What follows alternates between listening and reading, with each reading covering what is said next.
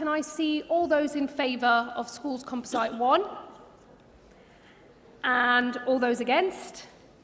I think that's carried.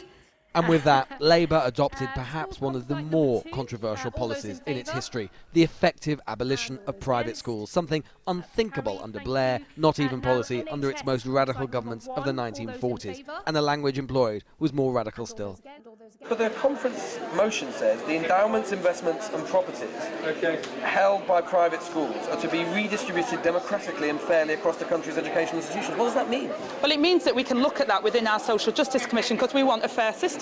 That's what it means. It means that no longer can taxpayers' money go into private institutions that they squirrel away to help the 7% of our country do well when they're at the expense of everybody else. We're going to win it.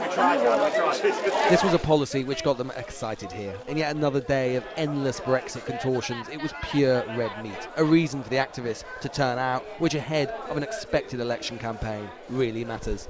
I went to private school myself, but I don't think it is a fair and equitable way of doing education. To abolish them doesn't necessarily mean that it'll be better for everybody else because they're abolished.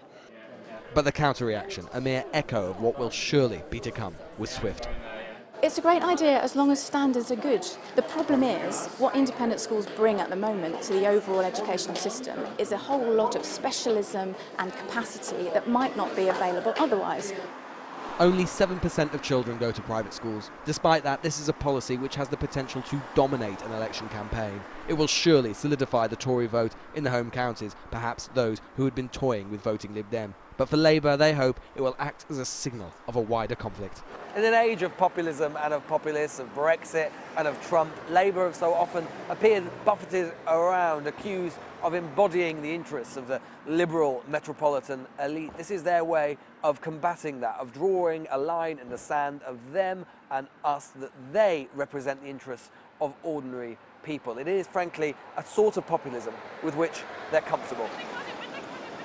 The sun set over Brighton, and surely over any Labour hopes of advance in Middle England too, but perhaps they abandoned that long ago anyway.